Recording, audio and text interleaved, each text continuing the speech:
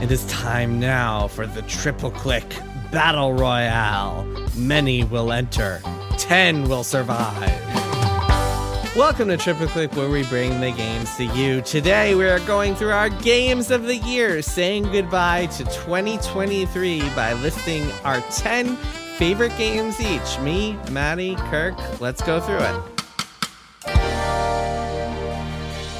I'm Jason Schreier. I'm Kirk Hamilton. And I'm Maddy Myers. Hello. Welcome back. Hey. Hello, y'all. Hello. Welcome back after our little break. I hope you both had wonderful Christmases. Yeah, you know, pretty nice. I had a wonderful Chinese food evening. That's what we did. Nice. That's what we did. Our Nice. fridge is full, and I beat Baldur's Gate 3. That's what the people really want to know about. That is Right. exciting. That is It is exciting. Well, exciting. people will Just have in to wait to time. hear about that. Speaking of which, as many of you know, and as we will say for the final time in 2023, we are a listener-supported podcast, and that means we are entirely supported by you all fine people. You make this show possible by being members of the Maximum Fun Network, which anyone can do. You just go to MaximumFun.org/join.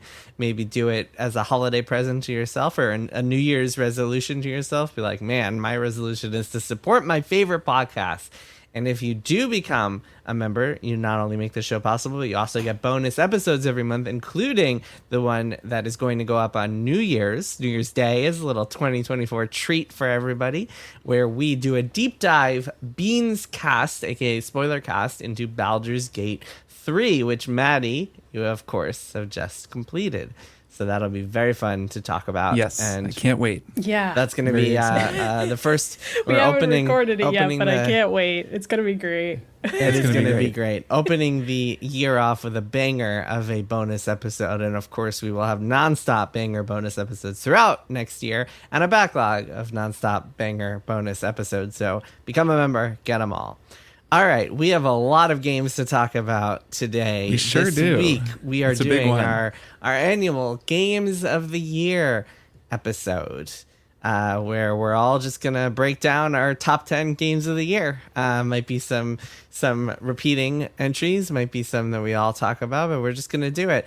Fun fact: last year we all had 3 games that we all had in common, and 2 of them were kind of expected ones, but then one of them, the Return to Monkey Island, came out of nowhere, and we were all like, oh, whoa, cool, that's on all our lists. So let's see how many games we all have in common this year. I expect there'll be a couple that like we're all kind of expecting, and then maybe a dark horse contender for Yeah, you never common know. triple click game of the year. I predict more than 3 commonalities. You predict more this than 3? year. Okay, Yeah. cool. All right, Okay, let's you see. guys want to make it interesting? Okay, yeah. Put What is this? Put some cash Making on it interesting? This is Whoever wins this is the tiebreaker in case we tie. the tiebreaker on the tiebreaker. No, I guess we already No, know we didn't already- tie we it already- anymore.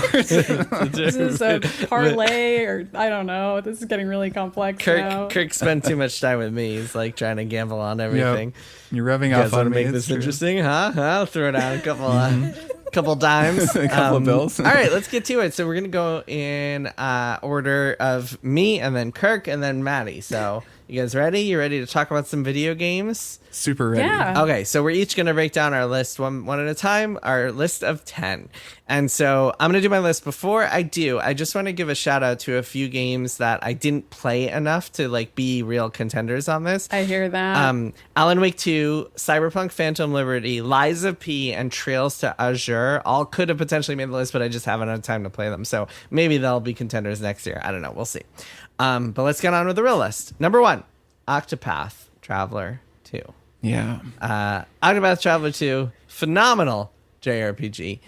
One of the best JRPGs ever made, perhaps. And what's really tremendous about that, what's really impressive about this game, is that I just had no expectations going into it because I thought the first game was actually pretty mediocre. And kind of, I was one of the few people to call out many of the flaws that I think were in that game, and some people certainly liked it, but I think it was definitely polarizing. And so I did not expect the second game to blow it out of the water, but it totally did, and just surpassed my expectations in so many ways.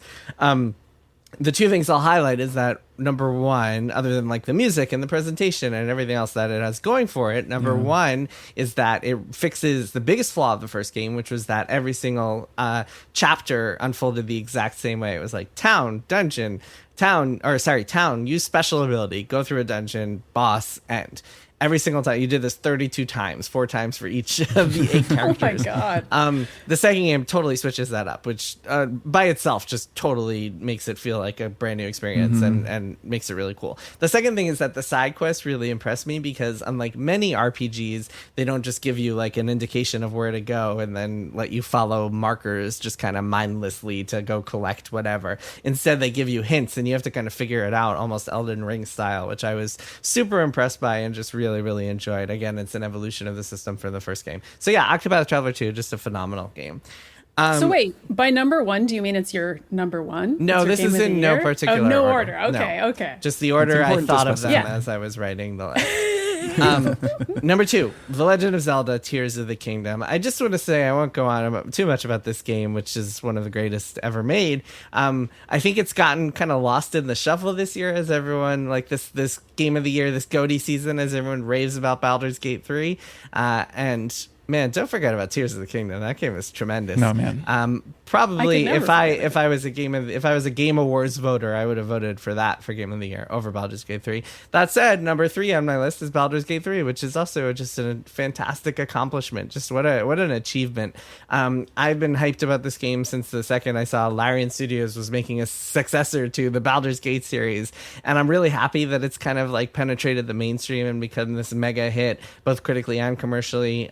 Just really excited about it and excited to see all the games that learn from it and take ideas from it and really trust that the player doesn't have to see everything in a game. I think that's kind of a big flaw in a lot of RPGs is like no developer wants to waste a lot of time making stuff that they're like that not every player is going to see. And I think the developers of Baldur's Gate 3 were like, we're making stuff that only 1% of players are going to see. We're fine with that, just over and over again. Number 4 for me is Chants of Sennar, a game that is a very small game made by just a small handful of people. It's a puzzle game. It's about deciphering languages and logic puzzles and kind of roaming through. It's inspired by the Tower of Babel myth. You're kind of roaming through this tower and translating languages and connecting people, and I found it really inspiring and emotionally impactful for me, and the puzzling is really cool, and it made me feel like a genius as I was figuring out all the different languages. Just a brilliant game that very much is into what I think is one of Triple Click's favorite genres, the kind of Mindvania type games.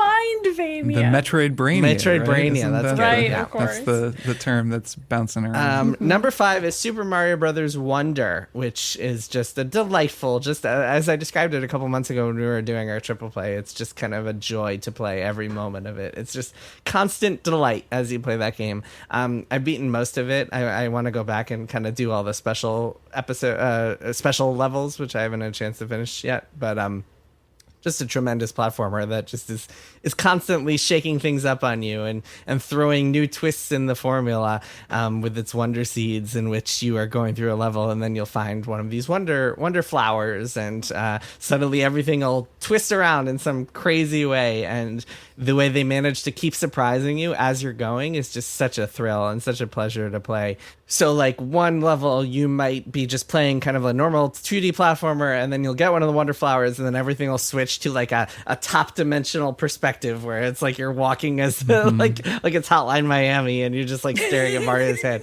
It's just such a cool game. I just love it so much, and the music is just so tremendous. I don't think it's like, definitely not like one of my top 3 of the year, but just in the top 10, it's 100% there. It's like it's not mind-bogglingly incredible the way Tears of the Kingdom is, but it's still just a tremendous Mario game.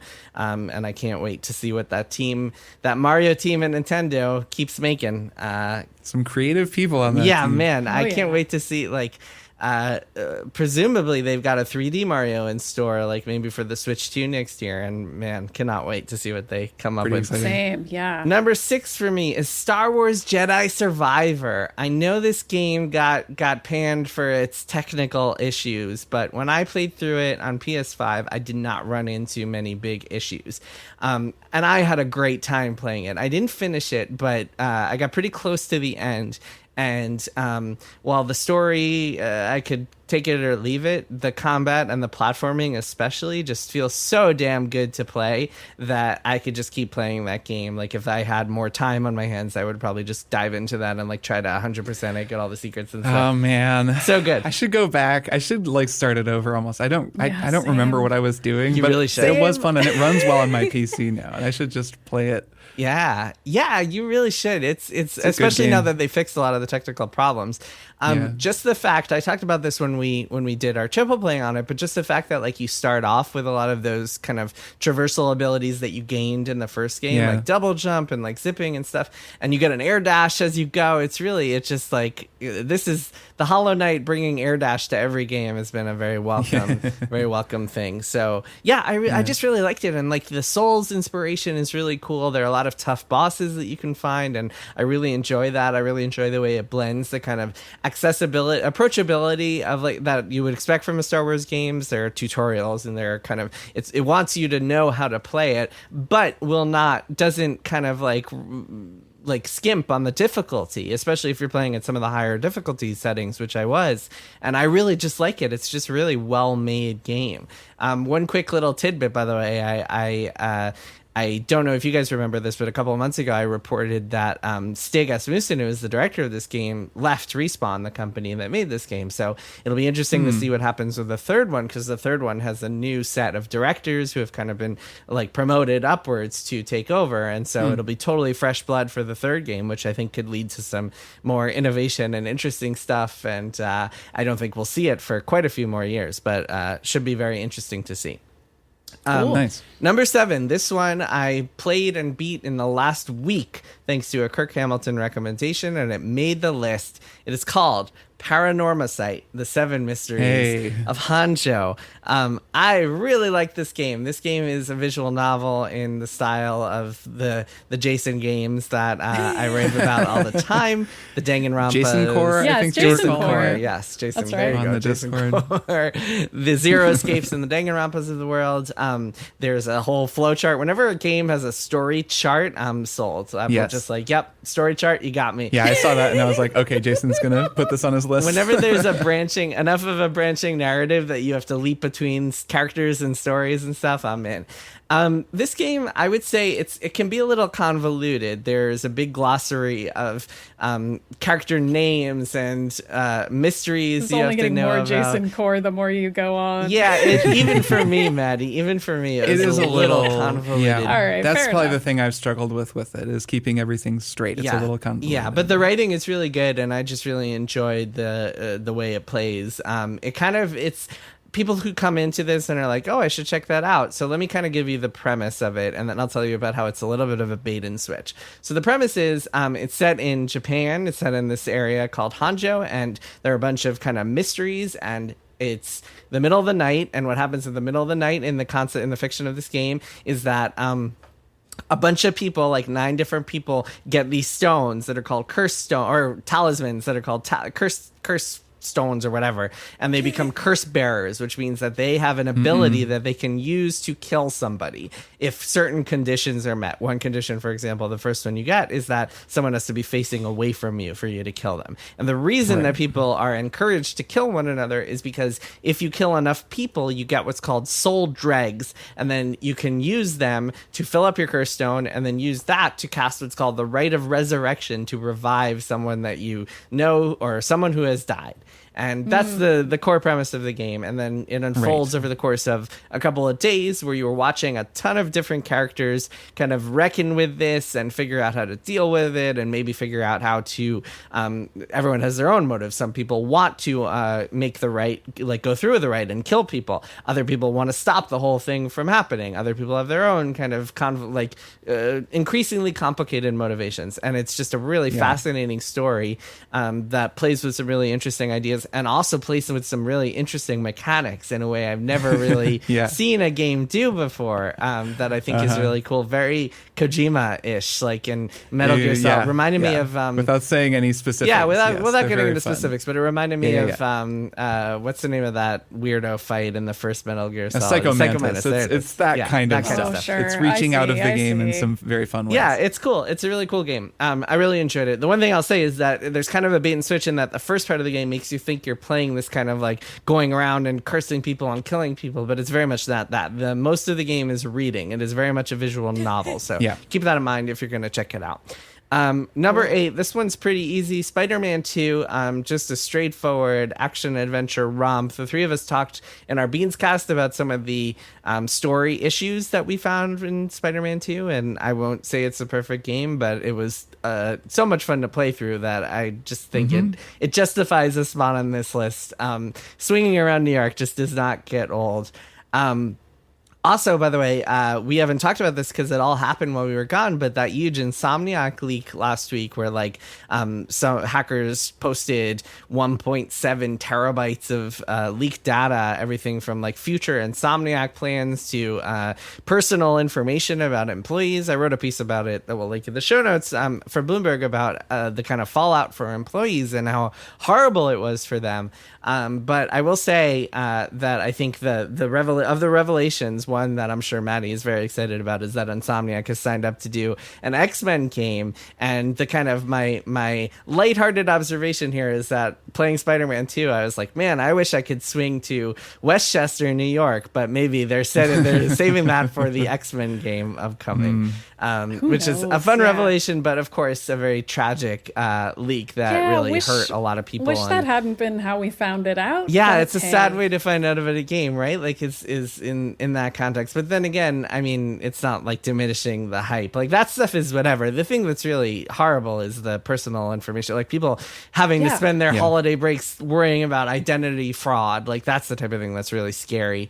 The amount of stuff that got leaked out there. So here's hoping that for the best, for that nobody gets caught up in identity fraud, because that would really fucking suck. And then also there's a revelation in there, like there are slides people found about upcoming layoffs, so that really friggin' sucks too. So just a mess of a situation all around. But hey, they should be proud of Spider-Man 2 because it's a really good game and I liked it in many, many ways. Number 9, Diablo 4. This kind of like, I'm glad this made your list. This kind of doubles as a Steam Deck recommendation for me because something that I've really been enjoying since I got the Steam Deck OLED, which is incredible. Full disclosure, got that from Valve as a review unit, so I did not buy it. But since I got it, I've been playing Diablo 4 many, many nights in bed, before bed, while watching TV with my wife, and she's like playing Zelda next to me. And it is really just the perfect game for like mindlessly doing anything. Yep. With apologies to Blizzard's like sound team and music team because they do incredible work. Playing it with the sound off while watching TV is the best way to play it.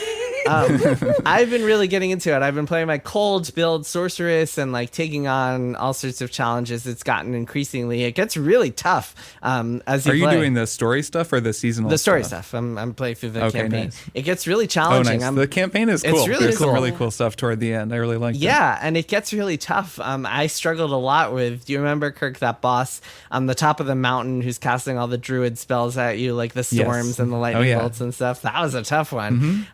It's really fun. It's a really well-made game, and I don't know, I haven't finished it yet, so I don't know if it's like one of those, I mean, with Diablo games, it's almost 2 games. There's the main campaign and then the end game part of it. I'm probably not going to get super into like end game grinding and stuff like that, but as just playing through the campaign, I'm really enjoying it. It feels great. It looks great. The story, I mean, whatever, I'm not really paying attention to the story, but like it's just a great package, and it's super fun to build out the sorceress and play around with her abilities and stuff. 10. I don't know why I said 15. 10. I have 15 entries on this. No, number 10. Right. So this was a tough spot. I had a few contenders for this, but ultimately I went with what my heart told me to go with, which is the DLC for Case of the Golden Idol. I was wondering if you would pick this. So this year, Case of the Golden Idol, one of my favorite games of 2022. I think all three of that was one of our triple click game of the years that we all picked. Just really loved it. Loved that game for so many reasons. It's, of course, a game about investigating kind of mysteries and on these tableau images that are just really fun and really challenge your brain.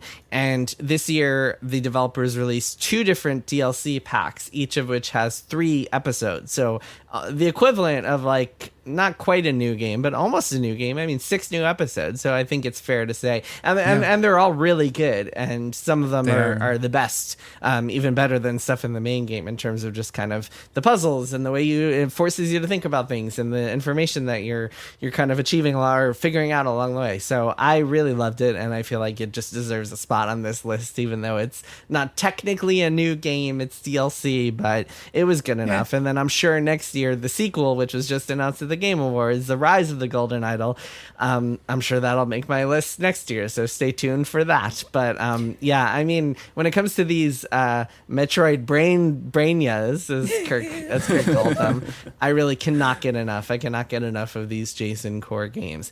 And that's my list. Octopath Traveler 2, The Legend of Zelda, Tears of the Kingdom, Baldur's Gate 3, Chants of Sennar, Super Mario Bros. Wonder, Star Wars Jedi Survivor, Paranormasight, Spider-Man 2, Diablo 4, and The Case of the Golden Idol DLC.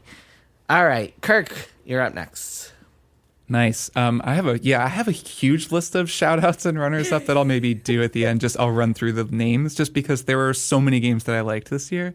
And that was a remarkable thing about this year is I liked most of the games that I played. And I don't know, like there are usually a few games at least that I start and I'm like, this isn't my thing, or this is really kind of bumming me out. And there were really only a couple of games that I found all that disappointing this year. So it was a very fun list to make, and also a list that required cutting a lot of worthy games. So I will go through my games now. These are, as always, in order of name length. So we're starting with the shortest and we're ending with the longest.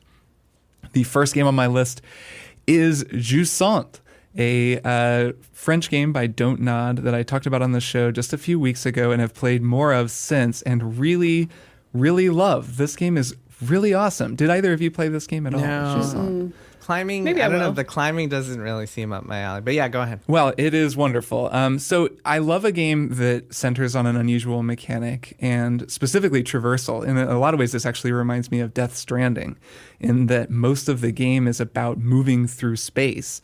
And they've made the moving through space really interesting and just consistently engaging as you play. But also the vibes of this game, the look of it, the world, the storytelling is really great. I just found myself playing it and wanting to play more because I wanted to know what was going to happen next. What's going to be at the top of this huge tower? What am I going to learn about this world and how it came to be this way?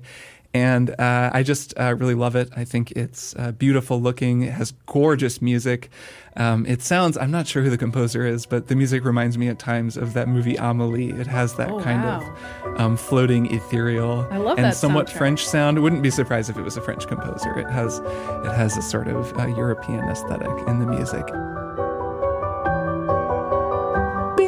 This is the music from Jusant. This is by the composer Guillaume Ferrand. Just wanted to shout him out because he wrote some beautiful music for this game. Bing!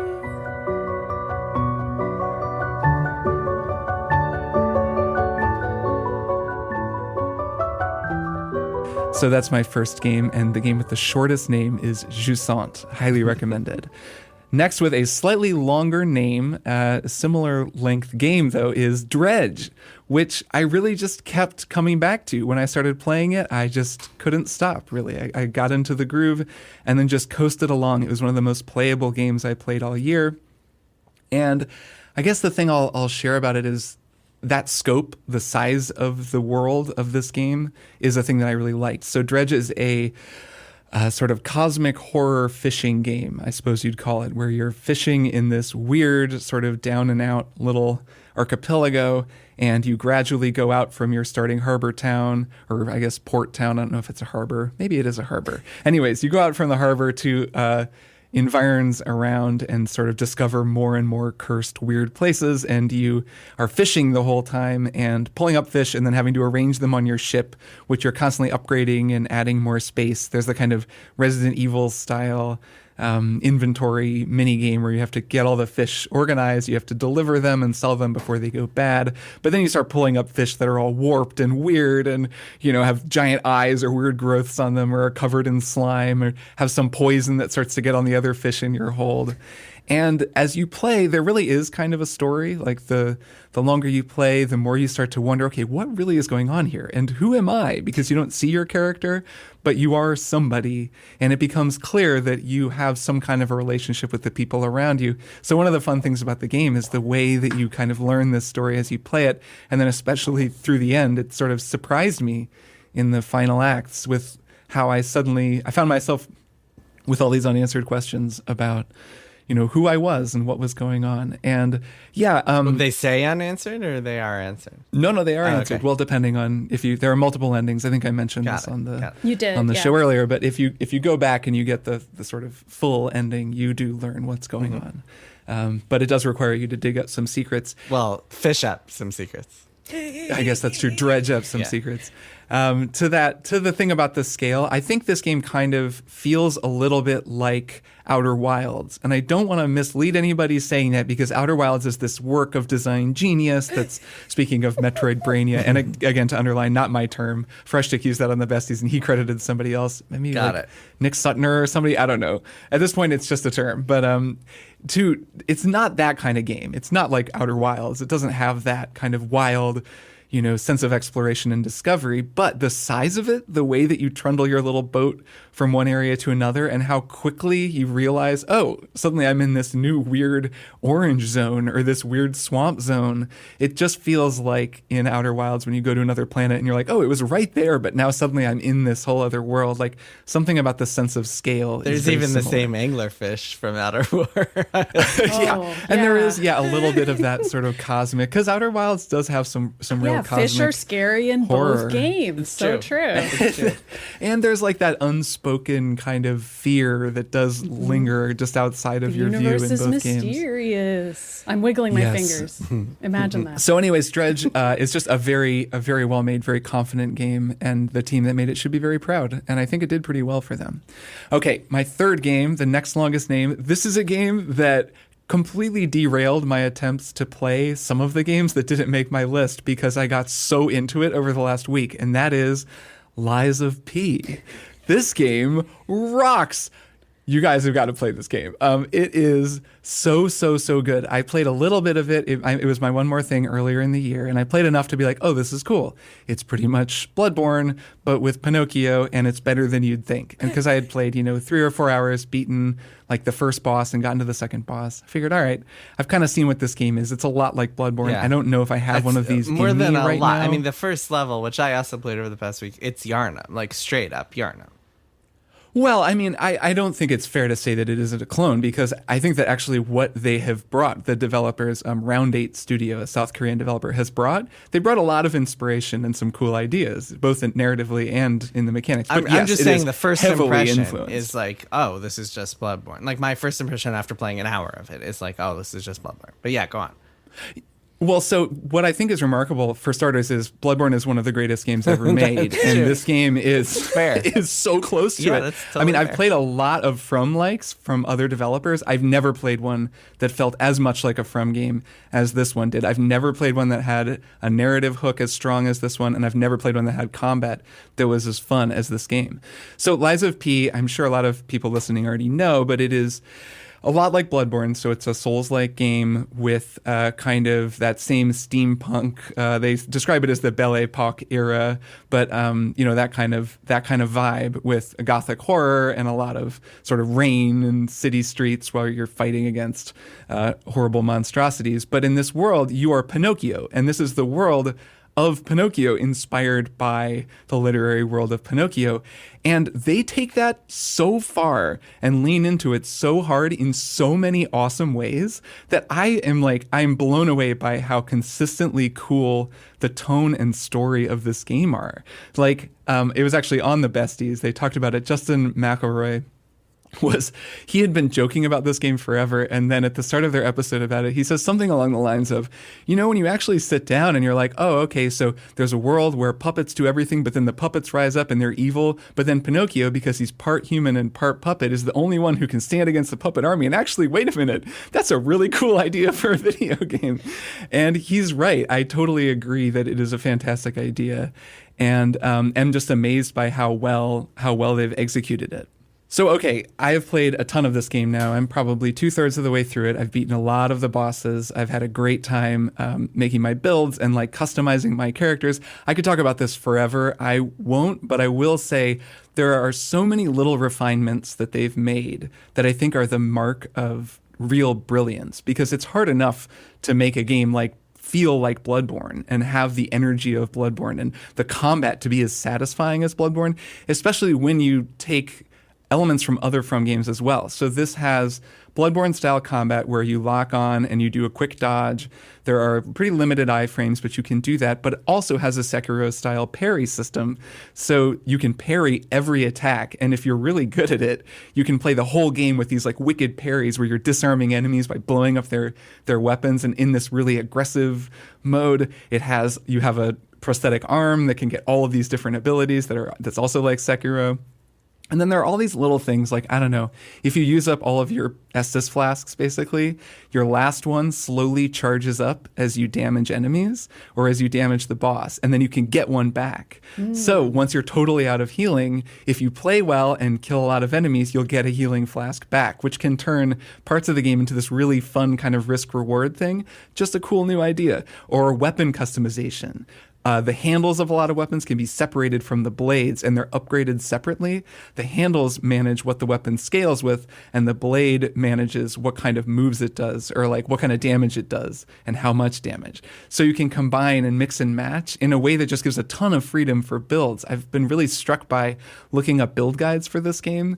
I'll find there are just a million people recommending every weapon. They'll be like, I like playing with this handle and that weapon. I like the wrench with the police baton handle. Well, I like the scythe. Well, I like the puppet ripper. And everyone uses a different weapon, which goes to show there's no like one best thing. You can kind of have fun however you want to play it. And really, I can't say enough good about this game. I'm really obsessed with it. I'm going to finish it. It feels like getting to play another From game. And that just amazes me that this developer kind of came out of nowhere and managed to pull this off better than anyone else I've seen clone it, or at least they made a game that I liked more. So Lies of P, it's fantastic. I will keep going to another game that I really want to rave about, but I'm going to try to limit myself so we don't go too far over time. But the next game is another game that I came back to after talking about it earlier in the year and played a whole ton of and am absolutely wild about, and that is Hi-Fi Rush. Holy crap! This is one of the best games of the year. This game totally rules. What fun. I knew it was good. I knew people liked it. I knew everyone said it would be up my alley since it's a very musical game. I did not realize how good it was. So Hi-Fi Rush, again, remind me, because I've been talking for a long time and I want the two of you to say something. Did either of you play this game at all? No. I mean, hey, I'm still thinking about Lies of P, but keep going, Kirk. I'm transitioning Well, yeah, I mentally suspect we're all going to wind up playing Lies of P. I know. I think you'll both like it. Hi-Fi Rush is so good. So this is a game that came out very early in the year. It was a total out-of-nowhere surprise. It's made by Tango Gameworks, the makers of The Evil Within. Very surprising turn for them. And it's a very kind of 2000s console game meets Saturday morning cartoons aesthetic, Devil May Cry style fighting game, except that it's also a rhythm game and everything in the game grooves along with the music. So this game is so fun for starters. It is so distinct. I've never played an action game that felt like this, where everything you're doing is in time with this rock music. And so your attacks, your parries, your combos are all just hey, and you're countering and you're dodging and the enemies are all moving and the whole world is this like lockstep groove that's going along with the music. Sometimes like the Prodigy will come on or Nine Inch Nails, they'll play these licensed tracks. A lot of the game though is really great original music that just plays. Bing! You are hearing some gameplay of Hi-Fi Rush, which is really the only way to hear the soundtrack, which was composed by Shuichi Kobori, Ryo Uratani, and Masayoshi Yanagi, 3 great composers who really crushed it for this game. Bing! It's at its weakest when you're platforming. The whole world also moves in time, and there are times where I'm platforming and I'm like, I don't like this. But then I'm in a fight, and the fighting is so cool. It's the most I've ever enjoyed this DMC style, like jumping up, juggling, bouncing around, high mobility, quick interrupt, counter fighting. It's very, very different from something like Lies of P or a Souls game, which I do really like. It's got its own speed, but because it's in time, you can really just kind of relax into the groove. And when I get in the groove and I'm thinking ahead and I've got all my combos down and I'm watching the enemies and I'm calling in the special moves when I need to, you just get in this groove with it. And it's so, so fun. It's just continued to be fun. I've played a whole bunch of this now. I'm probably 2/3 of the way done. And the other thing about it that I did not expect is that the story is good and the characters are very funny. And I find it to be just very charming and funny. When I started it, it has a look a little like Sunset Overdrive, and someone could be forgiven for looking at it and be like, oh, that looks obnoxious. Oh man, that's going to be a bunch of people screaming. I am not interested in all of these, just listening to these cool video game, and annoying kind of pop culture vibes. References or whatever. Yeah. It's not that. It has a sort of cartoony energy, and it feels a little bit like, a kid's movie, but it's a lot funnier. It's a lot more clever than I would have thought. There are just, tonally, it reminds me of Tales from the Borderlands, which was the Borderlands Telltale adventure game, was a similar deal where it kind of looks the same, like it has a similar kind of art style or graphical style. And there was something in that game too, where there's just you surprisingly come to really like the characters. I think this game has a really cool view of disability in that just a lot of characters in the game have robotic limbs or in some way dealing with a disability, and it's just not a big deal. Like they're just working to take down this super megacorp, and every character has just got a kind of something that they're overcoming or that they're working with, and they're all so charming. They bicker, they fight, they all make fun of the main guy a lot because he thinks he's so cool, but he's kind of not. And it's just like there are so many little bits and little jokes that make me laugh. I don't know. I love it. I really think that it's wonderful. So again, that is another longer rant than planned. My next games I can go through a little more quickly because we've talked about them more. Yeah, Kirk, I was gonna say you've hit the amount I understand. of time I know. We're it's the end of the year, man. No, it's fine. So if you don't mind editing, I don't mind if we're going over. That's true. I guess in the end, it's on me. No, I will. I'll take that. So, anyways, those two games really, Lies of P and Hi-Fi Rush, were two that I needed to go a little longer about because we didn't talk about them much, and I think that they're both really wonderful. Fine. Go on. So the next few games I can go through more quickly. Alan Wake 2, we've talked about it a lot. It's one of the coolest games I've ever played. I loved it.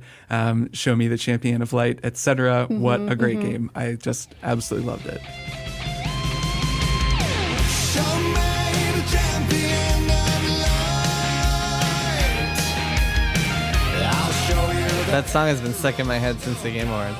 It's so good. And you haven't even seen it in the game yet, have you? Oh man, wait until you. It's very good. Next, Baldur's Gate 3. Again, incredible. We're about to talk about it on the Beanscast forever. And to what you said, Jason, about a developer that's not afraid to make things that you won't see, I really think that's the key to this game. It's that it's there. It's that you know there is a path not taken. I would suspect that the three of us made a lot of the same choices through this game, but knowing that we could have made different choices is such an important part of making the story have the impact that it has. So I really loved this game. So Baldur's Gate 3. After that, Chants of Sennar, another wonderful game. This was via you, Jason. I really appreciated the recommendation. And yeah, I was glad to play this one on a plane. I played this on Steam Deck, and I think it really benefits from just being somewhere where you can focus on it for a period of time, because you do have to relax your brain and let in all of that, that whole language matrix that you have to start to figure out.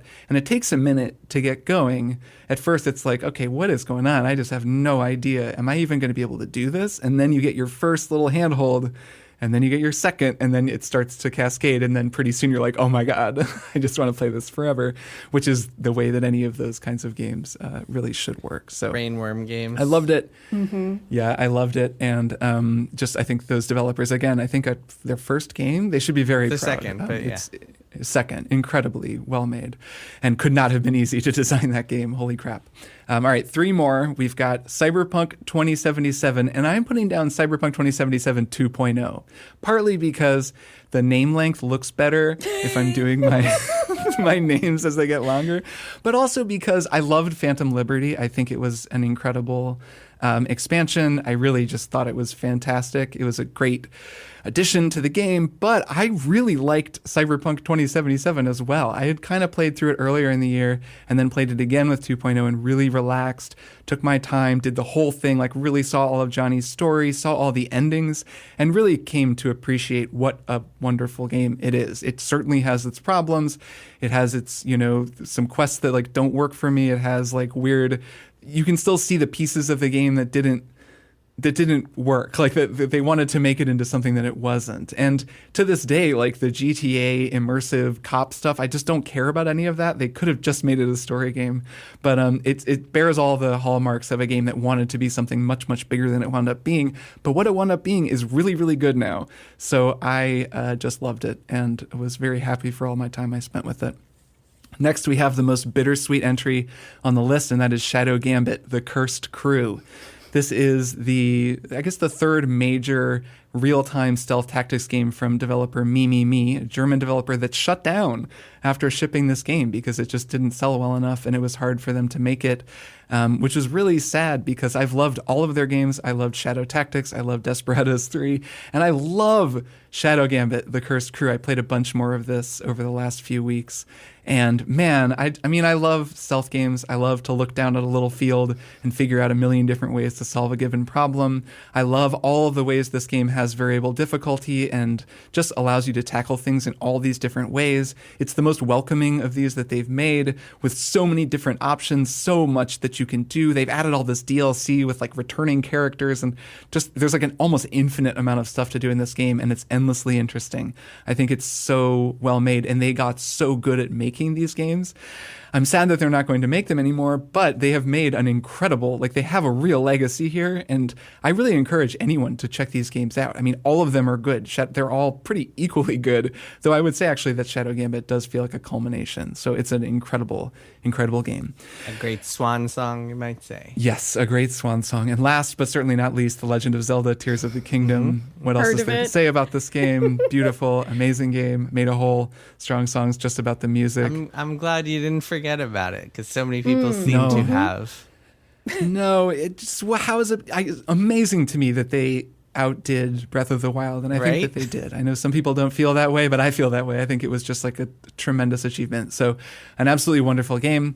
That's my 10th. So my list of 10 is from shortest to the longest title: Jusant, Dredge, Lies of P, Hi-Fi Rush, Alan Wake 2, Baldur's Gate 3, Chants of Sennar, Cyberpunk 2077 2.0, Shadow Gambit, The Cursed Crew, and The Legend of Zelda, Tears of the Kingdom. And then I went so long. I don't know. There's a billion games that I played that I didn't get to fit on. Say your honorable mentions. It's fine. Run them don't down. say anything about them. Just list the names. I will literally just list them. Octopath Traveler 2, Sea of Stars, Resident Evil 4 Remake, Blasphemous 2, Tchia, Little Gator Games, Super Mario Bros. Wonder, Venba, Asgard's Wrath 2, Paranormasight, The 7 Mysteries of Honjo, and Diablo 4. All great games. And they added roguelikes to like Hitman and God of War. What a year. Good God. Are those, just for clarity's sake, are those games you might have considered if you had played more? Or those are games that like just didn't make the cut? Both. Okay. It's kind of a mix of the two. Like if I had played a ton of Octopath 2, it might have made it. Got it. And I've heard nothing but good things about Asgard's Wrath 2, but I just barely started it because it just came out. So yeah, there are a few like that. I've been seeing commercials for that game, which is hilarious. It's like, I wonder how many copies they're selling of an Oculus Rift game to like justify. The reviews of that are wild though. The reviews are like, this is the best VR game ever made. Yeah, I mean, like there are reviews being like, doubt. it's better than Half-Life Alyx, which is crazy. So I don't know. We'll see. I still got to play it. I'll probably talk about that in the future on the show. Maddy, take us away. All right. We got some repeats here, so this won't take very long. So I guess I'll start by saying I can't remember if I put Marvel's Midnight Suns in my list last year because it came out right before the end of the year. I think you both did, from what I remember. I think I did It made my sneak list. it in, but I'm going to just say it again anyway because at least at Polygon, I didn't get to vote for it last year, so we included it this year in our top 50. And I played it a ton at the beginning of this year, so it feels weird to me not to mention it as one of my 10. But I guess technically it's not. So I'll continue on. This is in order, whatever. Number 1, Legend of Zelda Tears of the Kingdom. Great video game. My game of the year. Sorry to all other video games, but I did play some other ones. You did, Maddy. You did. I just looked it up. You did put both of you Yay. two put Marvel's Midnight Good. Suns. As Glad your we made list. it in time. This is why A we game that record deserves to be on this 2 Game of the Year's at the list. very end of December, so that we don't have to make these Exactly. heartbreaking decisions. Exactly. We get to include everything for the entire year. All right. Alan Wake 2. Jason, we're gonna make you play this. I don't know when. I don't know how. But it's so good. I love Yeah. it, and I just want to talk about all the spoilers. So preview for maybe a Beans Cast will record someday in the future, because it's so freaking cool. What a weird, scary, great video game. Here's hoping. Yes, I promise you guys I will play it, but like Alan Wake, I must write to escape. So when I'm finishing writing my new book, then I will go play Alan Wake 2. I promise. I understand completely. All right, my next choice, Baldur's Gate 3. I probably wouldn't have circled back and played this game if not for all the social pressure to do so, and I'm really glad that I did that, because this game's Nice. very fiddly and very tedious, and it doesn't explain a lot to you. I never played Divinity Original Sin, so that really hurt me on the learning curve. But I'm so glad that I gave it a chance, because it is a masterpiece of RPG design and character writing and theatrical performance. Acting doesn't feel like enough of a word to describe some of the things that happen in this game. And I love it. And I'm really excited to talk about it on the Beans Cast.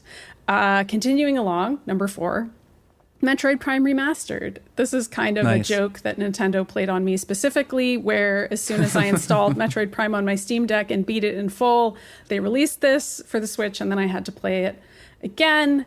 And I did that. And that was something I did earlier this year and really enjoyed doing. Wonderful video game. They should put out the other 2 Metroid Primes, and maybe even that 4th one. That'd be nice. They should. I would love one day. Maybe they will.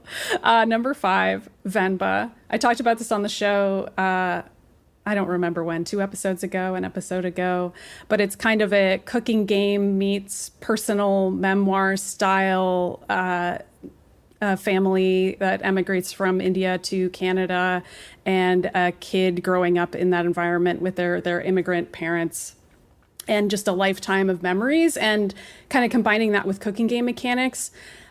It's like almost impossible to do this well. I feel like anytime I play a game that's 2 hours long and it just feels perfect, it just seems almost magical. Like it was just fully formed and they knew exactly what to write. But I also know how incredibly difficult it is to even write a really powerful personal essay, let alone having something be interactive and personal and poignant and all of that. It has original music in it. It's just a really beautiful game. So Venba, really recommend it.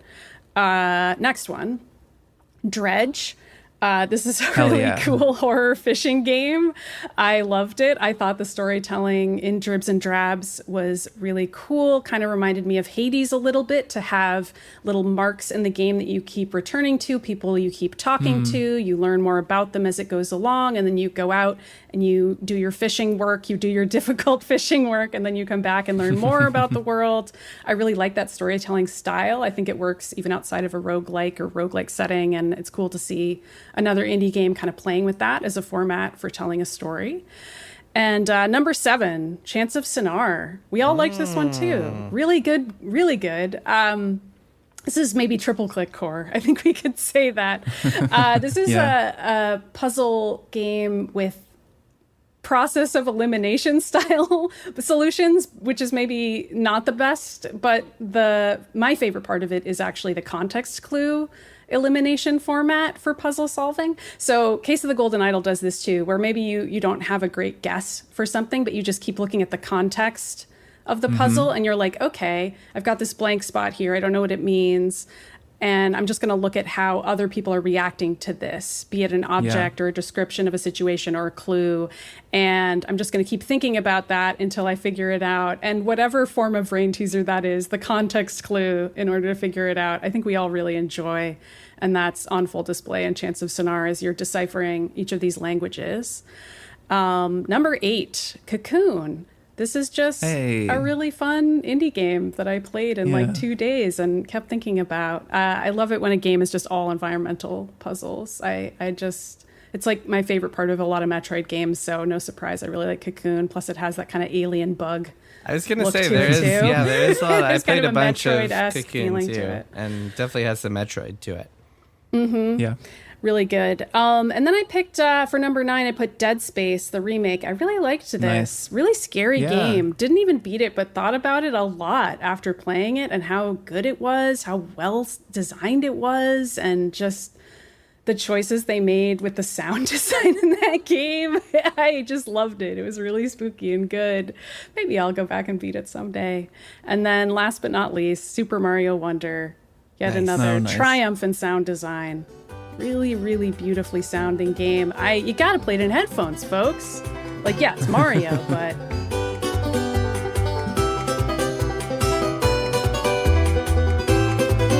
Man, they did full orchestra implementation for some of those sounds, and they just sound so freaking good, and it just takes it to the next level. You collect a new object, and then everything changes. The plants start singing. Plants start singing. Everything starts singing. So there's a musical number.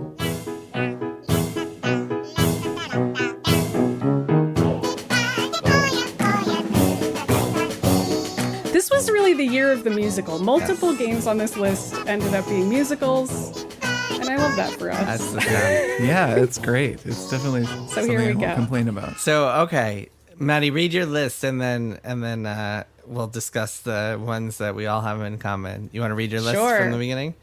Will do. So it's Legend of Zelda: Tears of the Kingdom, Alan Wake 2, Baldur's Gate 3, Metroid Prime Remastered, Venba, Dredge, Chants of Sennar, Cocoon, Dead Space, and Super Mario Wonder. Cool. So, once again, we have 3 that we all have in common. Oh, Zelda and Baldur's Gate are kind of the obvious ones, but then Chants of Sennar as the dark horse for triple click favorite. You're right. Mario was on me and Maddy's list, but it was only a runner-up for Kirk.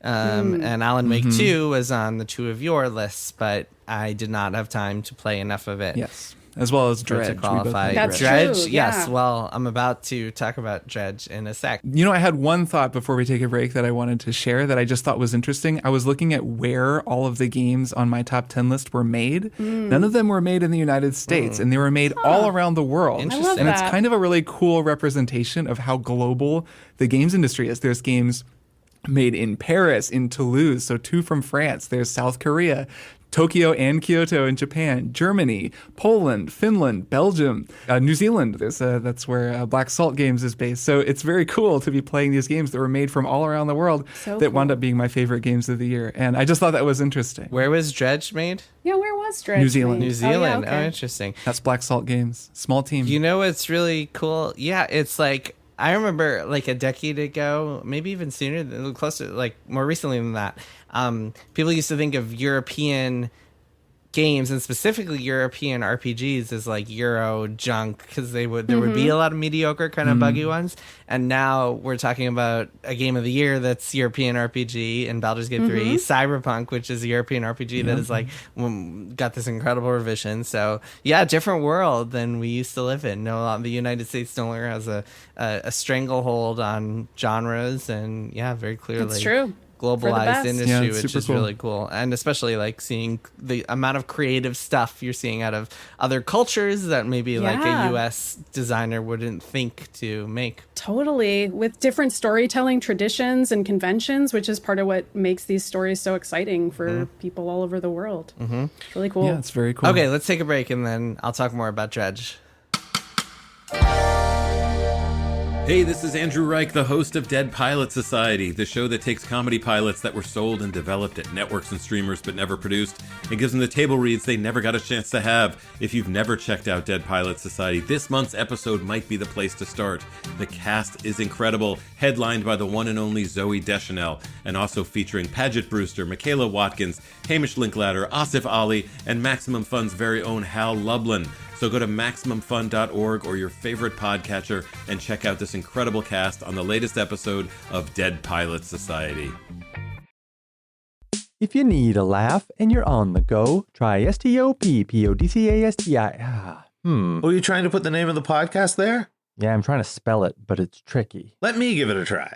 Okay. If you need a laugh and you're on the go, call STOPPPAD. It'll never fit. No, it will. Let me try. If you need a laugh and you're on the go, try STOPPPDCOO. We are so close. Stop podcasting yourself. A podcast from MaximumFun.org. If you need a laugh and you're on the go. And we are back. We'll do some quick ones more thing today because we went long talking about all these games, and I will go really quickly. Dredge was basically number 11 for me, which is why I wanted to put it as my one more thing.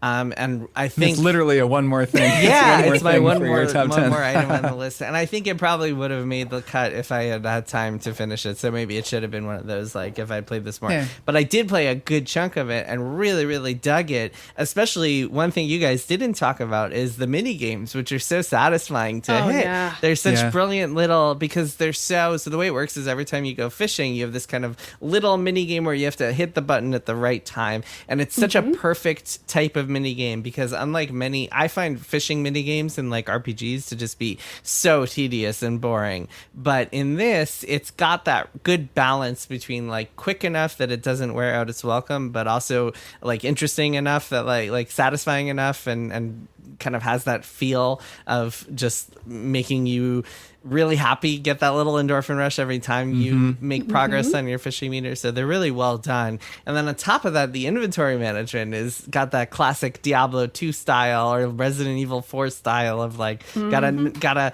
Also fit my a good briefcase dopamine just right. feeling when you get it perfect. And then it's also got the good economy stuff of like, I'm going to go on this loop of like going and finding fish and then selling them and then upgrading my stuff some more and then staying out too long and losing half of my ship's hull to a friggin' nightmare. That's the thing, related to the fishing minigame. A thing I also really like is there's this extra little layer of tension on top of it because time begins to progress as you're doing, you're dredging something. You're like, all right, awesome. I'm going to get some cloth. I really need it. But oh man, it's 5 p.m. and the clock is moving. And so it has that extra little tension there that I really enjoy. Yeah. And one of the reasons I haven't made too much progress is because I was kind of being conservative when it came to trying to deck out my ship before I moved to each next area. So I'm after a few hours only on like the second major area and still figuring that stuff out before. So anyway, I'm really enjoying that game and we'll probably keep playing it and talking about it more as time goes on. But yeah, it just did not make the list just quite this time. Couldn't make the cut this time. Otherwise maybe it would have. Yeah, there are too many good games this year. Too many That's good really games, which is why it's pretty impressive that our lists had so many in common, whether it was like a bunch of them that were just on 2 or the 3 that were on all 3 of ours. All right, Maddy, what's your one more thing? My one more thing is a reality show called Pitbulls and Parolees. This is a really old reality show that is still on, I think. There are 19 seasons of it, and it started in 2009. This title tells you everything you need to know about the show. It is about a pit bull rescue. So these are some dogs that have been sort of societally maligned. They're but they're the best dogs. But they're the best. And I feel like, in the past 15 years since the show has aired, people kind of know now that pit bulls are just total softies.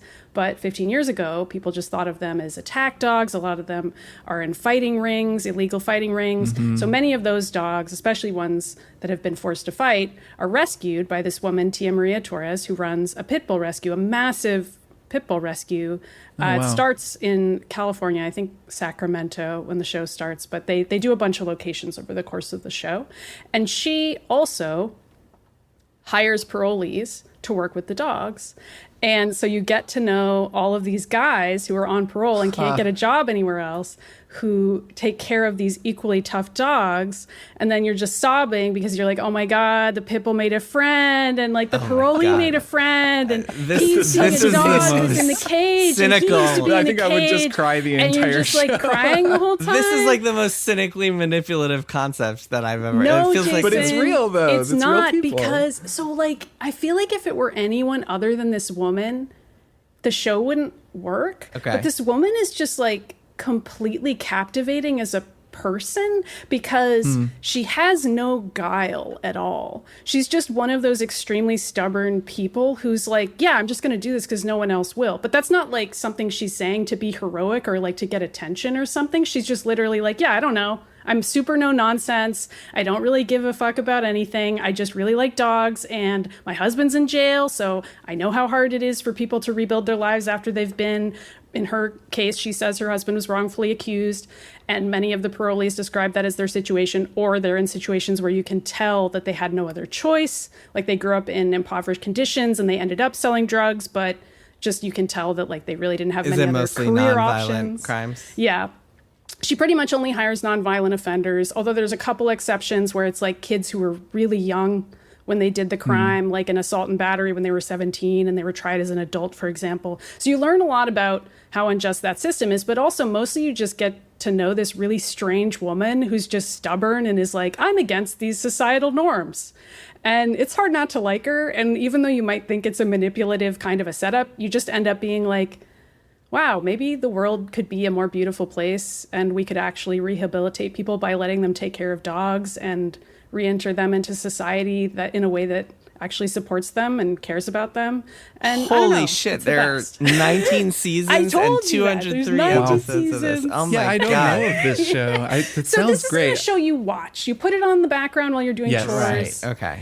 Right. And While you're playing Diablo IV. You're playing Diablo 4, or in Dina's case, you're playing Pikmin 4, which I haven't even played, but she's almost completely beaten by this Speaking point. of great games from this year. Yeah, that none of us Played it. really I heard dug it's really into, good yeah. for my wife. I know. So I don't know. Pitbulls and Parolees is the name of the show. It's great. You don't really need to like watch it, but like you just put it on the Yeah. background and you're like, hey, maybe the world is gonna improve just a little bit, and that's a nice. It kind of sounds like Pipples and Pierogies, which is also a show I would watch. Yeah, that's a different show where Pipples just eat dumplings and they have a good time. That sounds pretty good. Yeah, it does. Nice. Kirk, what's your one more thing? Well, my one more thing is carrying on from my one more thing from 2 weeks ago. So 2 weeks ago, I talked just a little bit about how I had started using GPT-4 and experimenting with this advanced large language model AI and just sort of messing around with it, which I have continued to do. I find it very interesting and think, I don't know, it's one of the most important and wildest developments in our culture. So I am interested in Just say you're in love. It's okay. well, it's funny, so I'm very interested in learning more about this and in understanding it better. And so to that end, I read this book. That's going to be one more thing. I was struck by a few people. I just heard from a few people who are really, really aggressively skeptical of AI. And there are people out there who just like really are not on board. And I totally understand. I think there's a lot of things that we should be really worried about. And I also just want to understand it better because I really think it's important that we treat this like a thing that's actively happening and not a thing that is going to happen to us and there's nothing any of us can do. It is big. The more I use it, the more I have this feeling that I sometimes describe like you're standing in the fog and then you realize suddenly that you're standing against a massive structure that you didn't realize was there. This is the feeling you sometimes have. Yeah, sure. That happens to me constantly. Well, if you can imagine that feeling, that is the feeling you sometimes have when interacting with some of this advanced stuff because, I don't know, you can talk to GPT-4, which is very strange because it just talks back to you like a person. In Scarlett Johansson's voice, yeah, and you're like, Well, it can, wow, it can be sounds any voice. Really nice. You do have a conversation with it, and it just feels like you're talking to a person. And then there's that feeling of like, okay, well, if it can do this now, and it's, this kind of limited, very limited version of what it could possibly be, you just start to think about possible uses for it. And then it just starts to feel like, whoa, like this is really major. Like this is potentially like really major technology. And that's a scary feeling, like just because it's so big.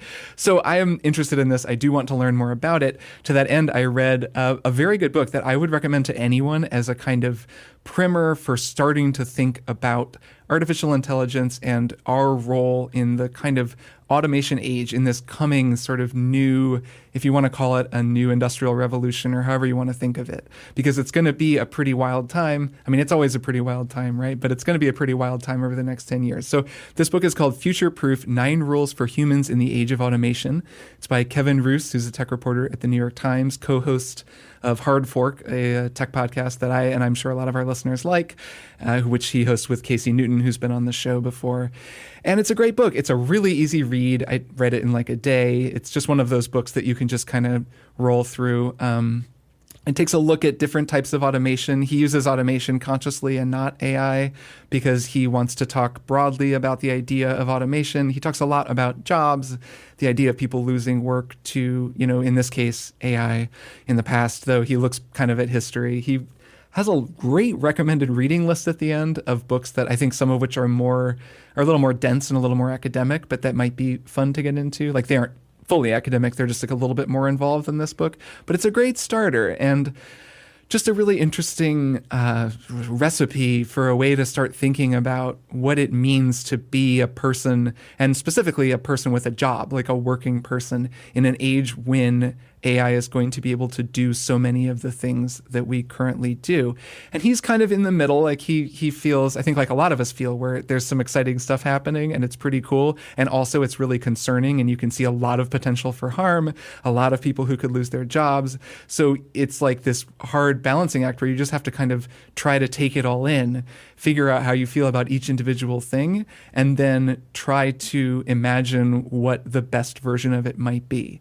And I think in a pretty slim, pretty straightforward book, he actually does a very good job of embracing that. And he also really underlines that idea that the future is not just something that's going to happen to us. It is something that every one of us can be a part of actively making, even though obviously it's easy to feel disempowered. It's easy to look at Congress and to look at these tech companies and be like, well, we can't do anything. But that's not really the case. And I think better to know what's going on than not to. So anyways, I am definitely going to be playing with this thing more and just trying it out in different sort of creative capacities that I think it's sort of useful for. I'll probably talk about that more on the show. I'm sure the three of us will. But I just wanted to recommend that book to anyone out there who's been thinking about this stuff or finds it interesting. A very easy read. And again, that's called Futureproof: 9 Rules for Humans in the Age of Automation by Kevin Roose. And yeah, it's a really good book. That's interesting. It feels like I think all three of us kind of, we weren't really old enough to have a sense of what was going on when the internet was first emerging. Kirk, maybe you were, but like... I did. I was like, in high school, I guess, but I was still pretty young. Do you remember the feeling of like, well, this is going to change our world? Because I was too young when the internet really started popping up. Yeah, I think I was too, because you really have to be old enough to have like an adult sense of the world to realize that is what's changing. Right. So that's what I mean. And so it feels like we're at one of those inflection points now. I think that's right. And that's what a lot of smart people are saying, and it'll be interesting to see which way this goes. How that manifests. Yeah, indeed. Yeah, it's wild to think about. Well, I mean, with the job stuff, it always feels like there are always going to be new jobs that pop up as a result of technology, and there are going to be some that become obsolete as a result of technology. It's just kind of an inevitable part of human progress, right? Like, is there something different about this that like Roose identifies or that people have talked about that makes people feel like it's a sea change in some other way? No, I mean, I think you could certainly make an argument that this technology is going to be even more disruptive than past revolutions. But no, he doesn't really get into that. Like, this is going to be even worse. But he does underline the fact that is a very common rebuttal from people who will look back at history and be like, well, look, when the Industrial Revolution happened, like there were all these new jobs because people needed to make it, so it was fine. And that isn't really the case. Like when you actually look at it, a whole lot of people really suffered. It was like pretty brutal. Right. And then just a generation later, we carried on, and then that kind of happens in each of these major revolutions. Right. So he does mention that, which I think is interesting and worth keeping in mind, that, there will be new jobs, and in the perfect world, AI like makes it possible for us not to do the things that we don't like doing and to focus on the things we do like doing. But of course, it is likely that it will cause a lot of hardship as well. So yeah. Yeah, I wonder, as writers and podcasters, as creators of stuff, it always, I don't know, I've said this before, but it always feels to me like you can kind of, something feels off if there isn't a human artistic kind of intention behind something. That's with our jobs, but our jobs are, I think, more safe. One of the big things he comes back to is if you have a lot of handprints on your jobs, is the way that he describes it, you're doing better. Right. Like the humanity, the soft skills of the office, being able to talk to people, being able to, manage people's emotions and be friendly and sort of regulate people and have relationships. Like those are things that we do really well that AI doesn't do well. But if your job is, he describes it as an endpoint, which is a programming term. But if your job is like, you are basically a point between two computer systems that talk to one another, that's when you're in trouble. So there are a lot of jobs that are just like, that can be automated away, as they say. It sounds like the bullshit jobs that Maddy talked about with that book. I was just thinking that. I was like, David Graeber would say those are bullshit jobs. I wanted to read that. Yeah, it's fascinating. Like there are a lot of jobs where people are actively training the robots that will replace them right now. Yeah, that's crazy. And it's it's an interesting book. You should both read it. I'd love like to know what you think of it. And you'd both read it super fast. I think it's like, you just I'm going to read it slow. Because why not? Yeah. Just take your time. Because I'm human. You want to be the Netflix and not the Blockbuster of this new technology, I suppose. You want to future-proof yourself. Yeah, that's true. That is something that I think people should be thinking about. Yeah, easier said than done. True. But yeah, I mean, lots of reasons for optimism too. Not to end 2023 on a bleak note. I think what we've seen from AI. I mean, I think there are going to be benefits that, like, genuinely, like I've seen theories and heard people talking about how like AI could potentially help with climate change by coming up with like solutions. Could cure cancer or other horrible diseases that we're struggling with. There are a lot of things like that are possible. Yeah. I mean, there's a lot of cause for optimism too, for sure. Good stuff. All right, that is it for this year. Yeah. Wow. Kirk, Wow. Maddy, I'll see you both next year. Yeah, see you in 2024. Wow. Bye. Triple Click is produced by Jason Schreier, Maddy Myers, and me, Kirk Hamilton. I edit and mix the show and also wrote our theme music. Our show art is by Tom DJ. Some of the games and products we talked about on this episode may have been sent to us for free for review consideration. You can find a link to our ethics policy in the show notes. Triple Click is a proud member of the Maximum Fun Podcast Network, and if you like our show, we hope you'll consider supporting us by becoming a member at MaximumFun.org/join. Find us on Twitter at TripleClickPod, send email to tripleclick@MaximumFun.org, and find a link to our Discord in the show notes. Thanks for listening. See you next time.